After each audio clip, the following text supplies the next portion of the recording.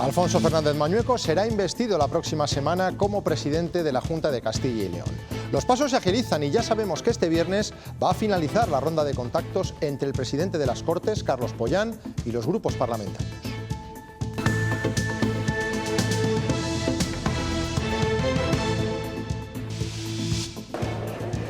El acuerdo de gobierno PP-Vox avanza a buen ritmo en Castilla y León y está acelerando los plazos previstos. La semana que viene puede convocarse el debate de investidura. Hay otra controversia, la de qué consejerías dirigirá el equipo de Juan García Gallardo. Buenas noches. Vox le ha hecho un guiño a Agricultura e incluso cabe la posibilidad de que la vicepresidencia lleve implícito el control de otra consejería más. Por lo tanto, serían 4 y no 3. Aunque hoy la noticia es la convocatoria de la ronda de contactos. Laura Zembranos. Sí, a mediodía hemos conocido que finalmente será el jueves y el viernes por la mañana cuando el presidente de las Cortes reciba a todos los partidos políticos. Es la ronda de contactos previa a la propuesta de un candidato a la investidura como presidente de la Junta. Una sesión de investidura que podría celebrarse la semana que viene. Vamos a tener 3 o 4. Porque la vicepresidencia está por definir qué competencias tiene. Yo estoy en disposición de lo que me pidan. Lo que pasa es que realmente es una prerrogativa del presidente la de formar gobierno y no tengo noticia. Poca incidencia de la huelga del transporte en Castilla y León. Los combustibles mientras han alcanzado precios prohibitivos que han multiplicado los gastos de autónomos y pequeñas empresas, obligados a utilizar a diario sus vehículos. Como 60-70 euros más al mes en gasolina que antes. Antes llenábamos el depósito con 70 euros, así. Ahora llenar el depósito, cada vez que vamos, nos supone 110, 120 euros. La conferencia de presidentes de este fin de semana ha dejado un compromiso del Gobierno con las comunidades autónomas. Bajará los impuestos, como pedía el PP, aunque Sánchez no concretó en qué áreas. Hoy han vuelto las quejas y las demandas. Daniel de la Fuente, Madrid. Sí, todas las autonomías aplaudieron ese compromiso, pero muchas criticaron que eso no se tradujera en medidas concretas. El Partido Socialista dice que hay que tomar algunas medidas, como por ejemplo desvincular el precio de del gas con respecto al de la electricidad, mientras que Alberto Núñez Feijóo asegura que el Gobierno no actúa porque esta situación le conviene. Vamos a estudiar todo un paquete de medidas. Algunas de ellas pasarán por revisar la fiscalidad a la baja de algunos sectores. El Gobierno se está forrando con el incremento de la luz y con el incremento de la gasolina. La desaparición de varios CD y de otras pruebas importantes puede obligar a que el caso de la Perla Negra tenga que instruirse desde el principio. El juicio se ha suspendido hoy y mañana sabremos la decisión. Hay 12 acusados por los sobrecostes en la compra del edificio que alberga la Consejería de Economía. Hoy se cumplen 2 años desde que Pedro Sánchez anunció el estado de alarma por COVID-19. En todo este tiempo hemos sorteado 6 olas con altibajos, con 11 millones de contagiados y con 100.000 fallecidos en España. También con una generación que ha nacido en plena pandemia, en hospitales desiertos sin recibir visitas. Hasta que no vimos cómo el hospital se vaciaba, que no dejaban estar a nadie, que no dejaban visitas, ya dijimos, uy, esto va a ser duro. Mi hermana y mi madre vino a 5 minutos, pero yo se le presenté al niño por la ventana, estoy enseñándosele. 4 horas de reunión que han servido de momento para convocar mañana un nuevo encuentro entre las delegaciones rusa y ucraniana. En paralelo a la diplomacia fallida, continúan los ataques de Putin, incluso a edificios residenciales. Por otra parte, Estados Unidos denuncia que China está dispuesta a ayudar a Rusia militarmente. Vicky Luengo acaba de recoger el premio Roel de la Semana de Cine de Medina del Campo, que la acredita como actriz del siglo XXI. La intérprete pasa por uno de los mejores momentos de su carrera. ¿Cómo ha recibido la distinción, María Ramos? Feliz, agradecida y con humildad. Nos ha dicho que sabe que es una privilegiada porque en esta profesión a la que lleva dedicada desde los 14 años no siempre acompaña la suerte. Ha reconocido que algunos de sus referentes cinematográficos han pasado por esta Semana de Cine de Medina del Campo y ha dedicado ese Roel a su director, al director del festival y a todas las actrices. Desaparecen las lluvias durante las próximas horas para dar paso a una jornada de intervalos nubosos acompañados de calima en todo el territorio. Las temperaturas máximas se disparan, superando incluso los 20 grados.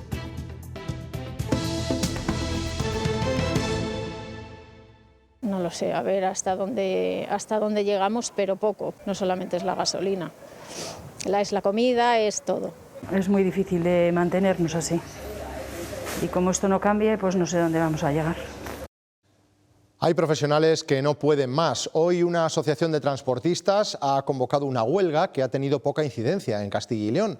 Pero hay también pequeños empresarios y autónomos que aseguran que les sale más rentable dejarlo todo y quedarse en casa. Por cierto que desde hoy, en las noticias que afecten a nuestros bolsillos, va a aparecer un código QR. Pueden escanearlo y conocer con detalle toda la información y sus derivados. En este establecimiento de alimentación de Palencia, viajar a Valladolid semanalmente forma parte de la rutina. Pues sí, vamos a Valladolid 2 o 3 días a la semana. El encarecimiento del combustible está convirtiendo su pauta laboral en un grave problema. Antes llenábamos el depósito con 70 euros, así. Ahora llenar el depósito, cada vez que vamos, nos supone pues 110, 120 euros. Invertir en almacenaje para viajar menos significaría un gasto más. Si tienes donde almacenarlo, para no tener que ir tantas veces y así ahorrar en gasolina. Y la inversión también es más grande, luego con las consecuencias que se estropea el género. Es muy difícil de mantenernos así. Soy delegada comercial, llevo una zona bastante amplia, Castilla y León y Asturias. Pues cada día viajo 2 horas diarias para ir y otras 2 para volver, unos 400 kilómetros diarios. Se nota un poco en 10 euros en depósito, como unos 200 euros al mes. A Raquel, utilizar el transporte público no le sirve. Tardarías mucho tiempo en hacer la ruta que tienes marcada. Son casos comunes. La movilidad entre provincias llega al 14% y los contratos que implican desplazamiento crecen en datos oficiales. Valladolid, Palencia y León reciben la mayor parte de este flujo laboral itinerante. La jornada de huelga ha transcurrido con normalidad. El paro ha sido convocado por una asociación minoritaria de transporte por carretera. La Policía Nacional, por si acaso, ha desplegado, como ven, unidades en Mercaolid, el mercado central de Valladolid. Afortunadamente, no se ha registrado ningún incidente. Los pequeños y medianos transportistas del Bierzo, La Ciana, La Cabrera y Valdeorras han secundado el paro nacional por el incremento de costes del combustible que hace inviable, dicen, sus negocios. Son unos 500 camiones los que no han hecho su ruta en la primera jornada de un paro patronal indefinido.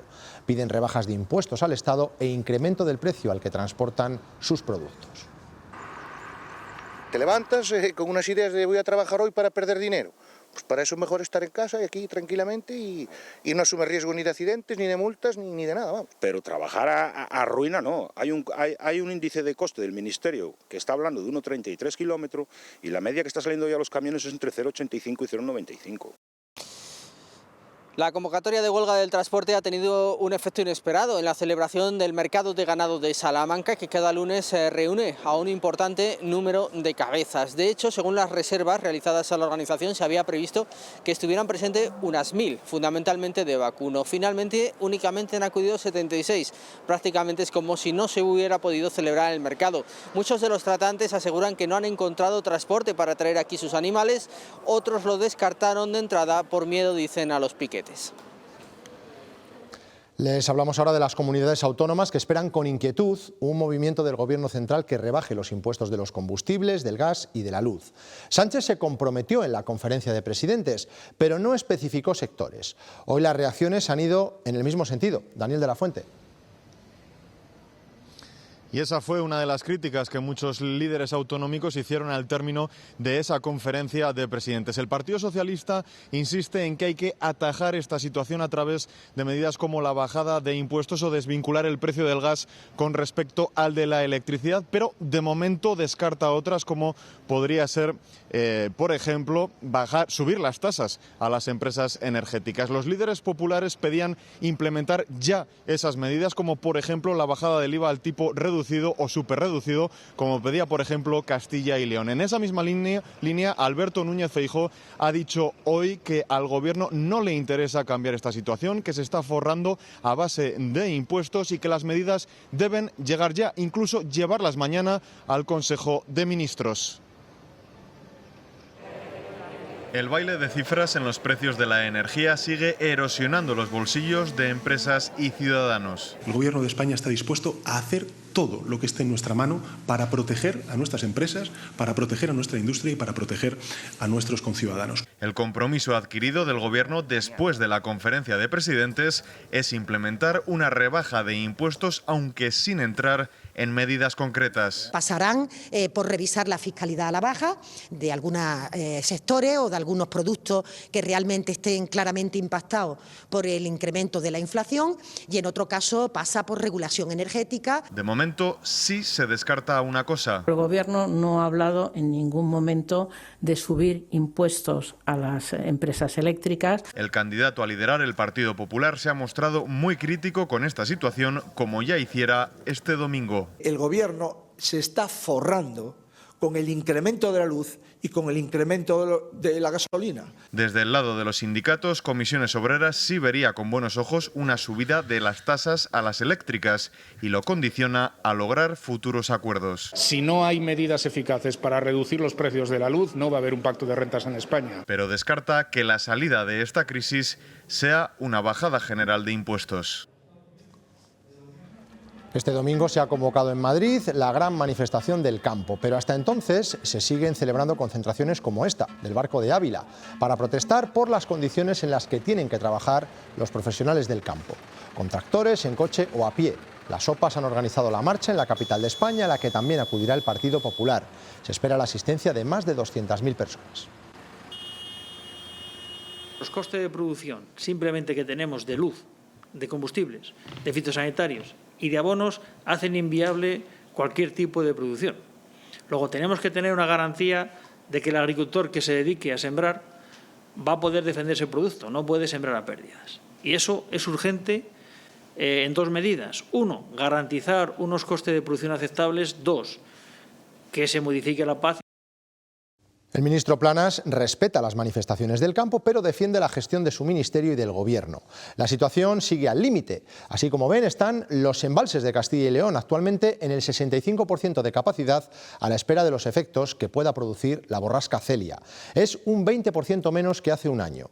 Mañana el Consejo de Ministros aprobará medidas para hacer frente a la sequía. Sara Ayuso. El Gobierno aprobará un paquete de medidas de carácter fiscal, social y de liquidez para ayudar a los agricultores ante esta situación de sequía. Se trata de un conjunto de iniciativas que quedará delimitado específicamente para los afectados por la sequía, ya que habrá otro plan de choque para tratar el incremento de los precios. Luis Planas no ha querido dar más detalles de este decreto ley a la espera de que mañana se apruebe en el Consejo de Ministros. Ha explicado que estos meses está lloviendo un 40% menos que otros inviernos, incluso en las dos últimas semanas solo un 32% de lo habitual. Los próximos 10 días, las próximas 2 semanas va a llover, lo cual es una excelente noticia, pero tenemos que tener en cuenta que entre el 1 de octubre y el 1 de marzo ha llovido muy poco y tenemos lógicamente que dar respuesta.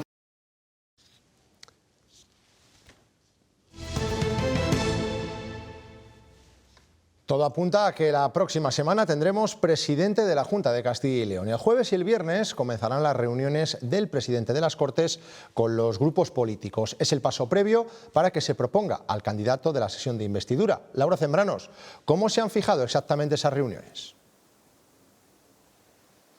Sí, ya conocemos que esos encuentros se producirán entre la mañana del jueves y la del viernes. Le recibirá de menor a mayor representación parlamentaria. La ronda de contactos arrancará el mismo jueves a las 9:30 de la mañana, cuando recibirá por separado a los partidos políticos que tienen un procurador en la Cámara, a Ciudadanos, a Por Ávila y a Unidas Podemos. Después llegará el turno de Soria y de Unión del Pueblo Leonés. Y no será hasta el viernes cuando Carlos Pollán reciba a aquellos partidos con más peso, expreso aquellos que tienen grupo parlamentario propio. A las 9:30 se reunirá con Vox, a las 11 con el Partido Socialista y terminará la ronda de contactos con la reunión con el Partido Popular. Después de esta ronda de contactos, el presidente de las Cortes tiene la misión de proponer el candidato a la investidura como presidente de la Junta, una sesión de investidura que podría celebrarse la semana que viene. Esta misma semana, el presidente de las Cortes se reunirá con todos los partidos con representación parlamentaria para designar un candidato a la investidura. En paralelo, PP y Vox negocian la composición del Gobierno. Vamos a tener 3 o 4, porque la vicepresidencia está por definir qué competencias tiene. Entonces, Agricultura, pues por el programa que tenemos nosotros, incluso por el lema de campaña, pues es una de las grandes candidatas, efectivamente, pero no está definido. Vox muestra sus preferencias por Agricultura, aunque el reparto no está decidido aún. Lo que hemos hecho es darnos las partes, y en este caso Vox, un periodo de reflexión para ver cuáles son las consejerías donde podemos prestar un mejor servicio y vamos a ser más eficaces. Tampoco lo están las carteras del PP y se repetirán sus titulares actuales. Yo estoy en disposición de lo que me pidan. Lo que pasa es que realmente es una prerrogativa del presidente la de formar gobierno y no tengo noticia. La formación de Abascal quiere, eso sí, acallar críticas. Mucha gente se va a sorprender por la conformación de equipos que estamos preparando. Desde el Partido Popular se cierran filas con Alfonso Fernández Mañueco. La confianza de todo el Partido Popular en Alfonso Fernández Mañueco y en el pacto que ha alcanzado es absoluta. Respaldando expresamente el pacto. Hoy por hoy hay que dar estabilidad a las instituciones. Y creo que Alfonso Fernández Mañueco ha hecho un esfuerzo por darle estabilidad a Castilla y León. Pons dice que será el tiempo quien dé y quite razones y haga corregir algunas declaraciones. Raúl de la Hoz y Luis Tudanca repiten como portavoces del Partido Popular y del Partido Socialista respectivamente. Así consta en el documento que han presentado estas formaciones en las Cortes para la constitución de sus grupos parlamentarios. Un trámite que deberán hacer otros grupos como tarde hasta el próximo lunes. Vox se refirió en varias ocasiones durante la campaña a la supresión de las instituciones propias, circunstancia que se recoge indirectamente en el acuerdo de gobierno rubricado con el PP. De las Cortes dependen las 4 que hay en Castilla y León, que se rigen por otros periodos de elección y que asumen con normalidad el cambio de legislatura, resaltando además su papel.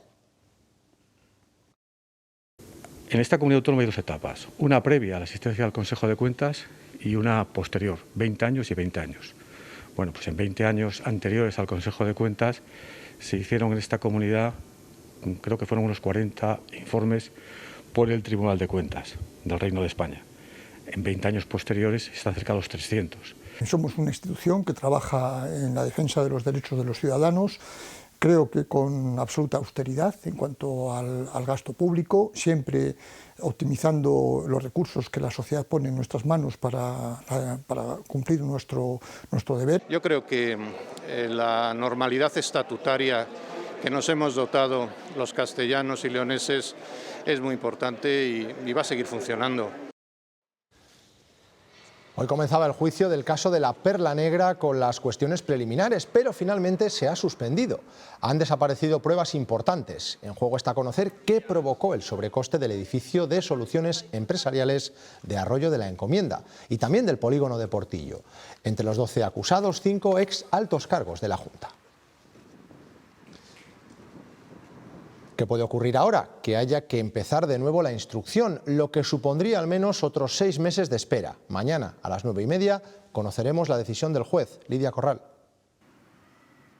Las defensas no habrían recibido toda la documentación. Hay unos CDs que saben que existen, que el Ministerio Fiscal ha hablado sobre ellos y que contienen información fundamental sobre la Consejería de Economía. Todos los abogados coinciden en que no han tenido todas las armas para sus escritos de defensa y eso que desde el primer auto ha pasado casi una década. Ahora la Audiencia Provincial debe resolver si devuelve la causa al juzgado de instrucción para evitar así una vulneración de los derechos de los defendidos. Y si esto ocurre y teniendo en cuenta la agenda de la Audiencia Provincial, es muy probable que no vuelva hasta este juzgado hasta después del verano. El caso de la Perla Negra podría regresar al juzgado de instrucción y esta es la razón. Hay algún CD que todavía sigue sin saber dónde está. A los abogados de la defensa les falta documentación. La documentación que contiene este CD es básica para que esta parte pueda articular su derecho de defensa.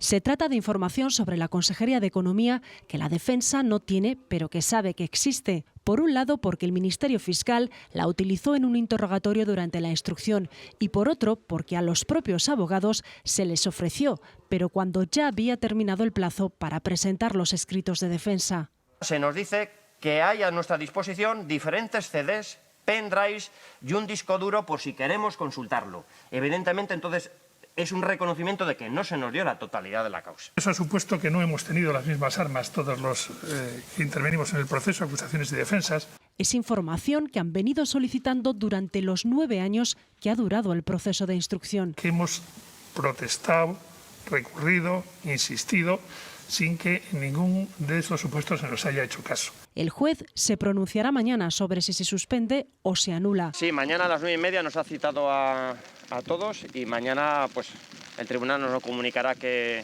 ha resuelto. Ministerio Fiscal, acusación popular y acusación particular están de acuerdo en devolver la causa al juzgado de instrucción para evitar en el futuro alegatos de nulidad. Era la primera noche con las calles así, desiertas, una imagen nada habitual en las últimas décadas. Llegó el coronavirus y hace hoy 2 años, un 14 de marzo de 2020, nos obligó a encerrarnos en casa durante 15 días, o eso es lo que al principio temíamos. Sin embargo, había comenzado una nueva vida, desconocida hasta ese momento. Empezó con un confinamiento total de la población y posteriormente con otras medidas como los toques de queda, los cierres perimetrales o la mascarilla, que todavía sigue con nosotros. En aquella época no se hacían test, no se sabía la dimensión que ya tenía el COVID y con casi 6.000 casos y 136 fallecidos, el Gobierno tomó la decisión de prohibir salir de casa. Eran las 9 de la noche cuando Pedro Sánchez anunciaba el confinamiento total de las personas en sus casas. Calles y plazas como esta de la capital abulense se encontraron completamente vacías, desoladas. En principio, el presidente del Gobierno afirmó que sería una situación que no se prolongaría más de 2 semanas. Sin embargo, el confinamiento duró más de 2 meses. Nadie podía salir a la calle a no ser para trabajar, comprar productos de primera necesidad o atender a personas vulnerables. Una situación que nunca hubiéramos imaginado y después de 2 años la vida nos ha cambiado a todos. Eso fue lo tremendo, encontrarte en menos de 24 horas encerrada en casa y viendo eso, viendo la catástrofe que teníamos encima y no sabíamos por dónde agarrarla. Parecido a una guerra, igual. Mal, la verdad que muy mal. Acatar y obedecer. Estaba la policía por ahí también, por si acaso te movías y bueno, acatamos, no gustosamente, pero bien, aceptamos. Personas como Julio se vieron obligadas a cerrar sus negocios durante 3 meses, a perder mucho dinero en ese tiempo porque la hostelería no se consideró una actividad esencial. La economía se resintió, sobre todo un sector como este, que además se vio abocado a cierres intermitentes por la alta incidencia. La incertidumbre también obligaba a negociar o hacer cuentas casi quincena a quincena ante una pandemia de la que no se veía el final. Los recuerdos de un cierre que nadie piensa tener, casi de hoy para mañana, pues no son buenos, ¿no? Tener que hablar con todos los empleados, con todos los proveedores, con todos los propietarios de locales, con todas las entidades financieras. La verdad que se habló con mucha gente, se hizo mucho trabajo y los recuerdos, bueno, pues no son buenos, siempre se aprende.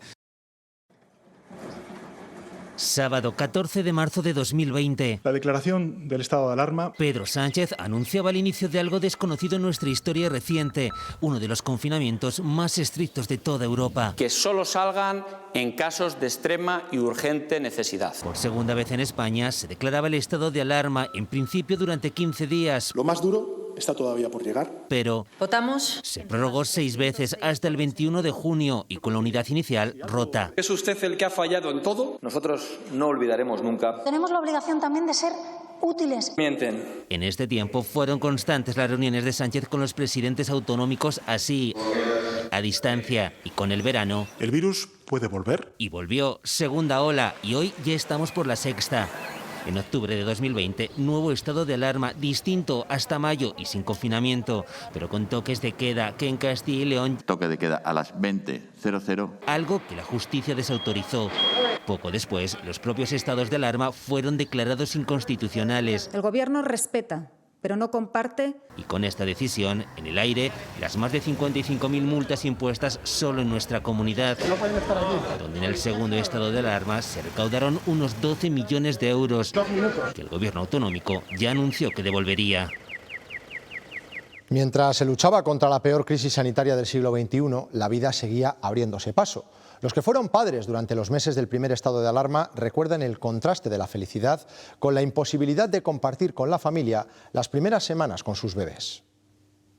¿Cuántos añitos tienes? El 14 de marzo, Sofía celebra su segundo cumpleaños. El primer día de confinamiento, el primer día del estado de alarma y bueno, pues ahora hay que celebrarlo, lo que no se pudo en su día. Con su bebé recién nacido asistieron a cómo el hospital se transformaba para las semanas más duras de la pandemia. Yo iba muy feliz con mi niña así por los pasillos del hospital saliendo, pero era todo muy triste, muy raro, porque no había nadie en los pasillos, no había nadie en el ascensor, se notaba eso, una tensión.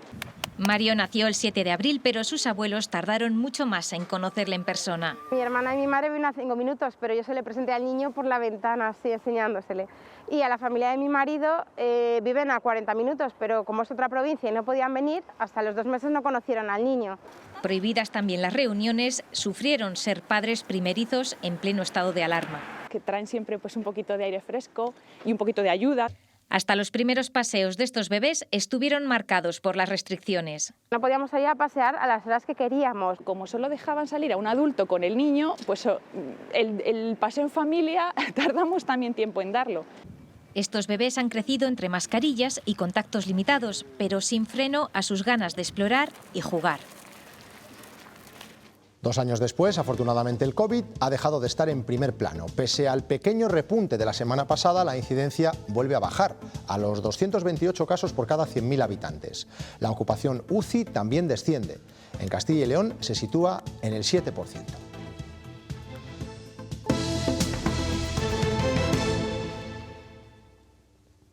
Es el momento en el que un misil ha impactado en una calle de Kiev. La capital de Ucrania sufre un incremento de los bombardeos rusos. El ejército de Vladimir Putin los ha disparado sobre edificios residenciales de la periferia y sobre una fábrica de aviones comerciales. Las tropas rusas están muy cerca de la ciudad, pero no han conseguido rodearla aún.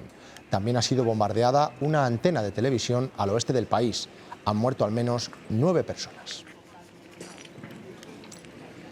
Crece la violencia de esta guerra mientras las partes han vuelto a negociar bilateralmente. Lo han hecho por videoconferencia y sin avances. Mañana retoman las conversaciones. También ha hablado hoy Estados Unidos con China. Washington ha avisado a sus aliados de que Pekín está dispuesta a ayudar con armamento a Rusia. Son soldados ucranianos manteniendo a raya a las tropas rusas en los alrededores de Kiev. Los combates se libran a apenas 25 kilómetros del centro de la ciudad y los bombardeos están llegando ya hasta sus calles. Los han sufrido varios barrios de la periferia de la capital ucraniana. Siguen cayendo en otras localidades del país como Kharkov o la asediada Mariupol, donde han muerto más de 2.500 personas en esta guerra. 2 de los fallecidos son esta mujer y el bebé que esperaba tras ser evacuados del Hospital Materno-Infantil de Mariupol, bombardeado la semana pasada. El ejército ruso trata de hacerse con esta ciudad del sur mientras mira a Odessa. Allí los ucranianos quitan la arena de sus playas para hacer sacos para barricadas. Las bajas que estamos infligiendo al enemigo le hacen buscar reservas donde no las tiene. El presidente ucraniano arenga a los suyos mientras se vuelven a estancar las negociaciones con Rusia. Este martes se retoman. La ONU les pide poner fin al conflicto cuanto antes. La perspectiva de un conflicto nuclear antes impensable ha vuelto a la realidad de lo posible. Estados Unidos teme que China colabore con Rusia. Por ese motivo se han reunido en Roma delegados norteamericanos y chinos. Al acabar el encuentro, la Casa Blanca ha advertido a sus aliados de que China está abierta a ayudar militarmente al ejército de Vladimir Putin. Hasta ahora Pekín lo ha negado en público y ha estado calificando esa posibilidad como desinformación. Desde hoy todos los ucranianos que lleguen a Castilla y León podrán pedir la estancia temporal en España. La solicitud tendrán que presentarla en cualquiera de las comisarías de la Policía Nacional. En 24 horas tendrán concedido el permiso de trabajo, de residencia y el acceso a las ayudas públicas. La delegada del Gobierno ha convocado a la Junta, los ayuntamientos y las diputaciones a una reunión el próximo miércoles para coordinar la gestión de la llegada de ucranianos a la comunidad. La protección social que están desplegando ayuntamientos, Junta de Castilla y León, Gobierno de España, es decir, todo esto hay que coordinarlo. Esto no va a ser algo que dure unos días, esto va a ser algo que se prolongue en el tiempo y tenemos que engrasar todos esos cauces. Muchos ciudadanos rusos se oponen a la invasión de Ucrania y esta tarde hemos estado con uno de ellos. Se trata del pianista nacido en San Petersburgo, Alexei Volodín, que en estos momentos está dando un recital en el Centro Cultural Miguel Delibes de Valladolid. El músico no comprende cómo se ha llegado a este escenario y se opone frontalmente a la guerra que ha iniciado su país. Estoy completamente contra esta guerra y, bueno, no puedo decir mucho, pero la situación muy grave, muy grave. Cosas que están pasando ahora y simplemente horrorosas. Estoy completamente destrozado como una persona. Juicio en León contra la explotación sexual. Los acusados son los dos miembros de una pareja que se enfrentan a penas de 63 y 56 años de cárcel. Según la Fiscalía, captaban mujeres de nacionalidad paraguaya aprovechándose de su situación precaria y las obligaban luego a prostituirse. Entraban en España como turistas y las llevaban a un club. La defensa alega que nadie las obligó a nada y que hacían eso para devolver un préstamo. Una red pedófila ha sido desmantelada por agentes de la Policía Nacional. Hay 10 personas detenidas, una de ellas en Soria. Están acusadas de almacenar y distribuir material de extrema dureza. Las investigaciones comenzaron en 2019 y se extendieron por toda España. En la operación se han intervenido dispositivos electrónicos con más de 30.000 archivos. En Ceuta, un policía local ha sido detenido presuntamente por matar a disparos a su mujer de 47 años en el domicilio. El agresor disparó con su arma reglamentaria a su esposa varias veces, hiriéndola de muerte. La víctima se encontraba en el domicilio junto a una hija del matrimonio. La Audiencia Nacional ha reabierto el caso del asesinato de Miguel Ángel Blanco, el concejal de Hermoa, al que ETA secuestró y luego ejecutó en 1997. La investigación pretende encontrar al que planeó y ordenó el atentado. La reacción de la sociedad española fue unánime, en una condena que inundó las calles de manifestantes y manos blancas. Chapote e Irantxu Gallestegui, alias Amaya, sí que fueron condenados como autores materiales.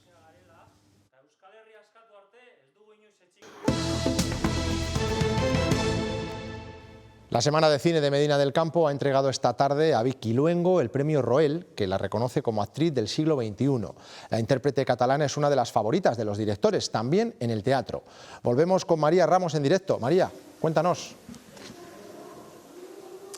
Sí, Vicky Luengo acaba de recoger ese Roel, ese premio de esta Semana de Cine de Medina del Campo. Es una actriz que lleva dedicada al teatro y al cine desde los 14 años, aunque la mayoría la hemos conocido después de su papel de antidisturbios que le ha dado visibilidad. Nos ha dicho que sabe que es una privilegiada porque en esta profesión no siempre acompaña la suerte. De hecho, este galardón se lo ha dedicado a todas las actrices.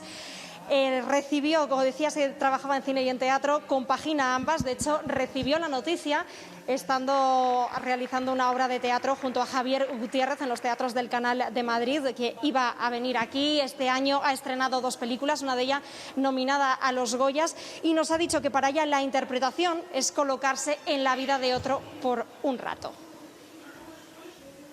Yo creo que ser actriz me divierte mucho y a mí me hace mucho más tolerante y me ha hecho ser mejor persona. Entender que una historia la cuenta mucha gente, que no eres el protagonista, el actor, por ser el que da la cara, sino que la persona que hace el foco, la persona de producción, la persona que todo el mundo está unido en un mismo barco para contar una historia, ¿no?